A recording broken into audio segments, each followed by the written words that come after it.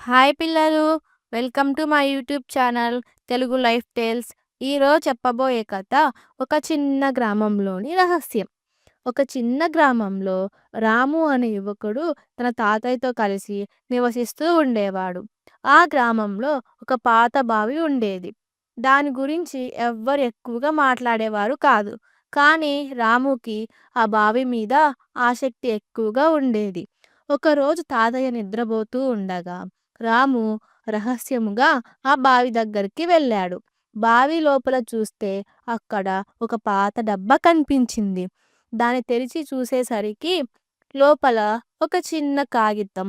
అందులో "సత్యం చెప్పు, సంతోషంగా ఉండు" అని రాసి ఉంది.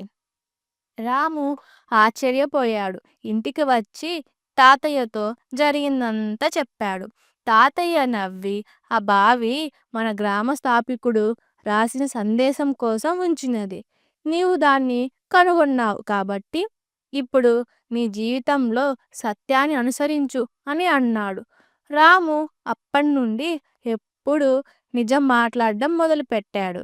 గ్రామంలో అందరికీ స్ఫూర్తిగా నిలిచాడు.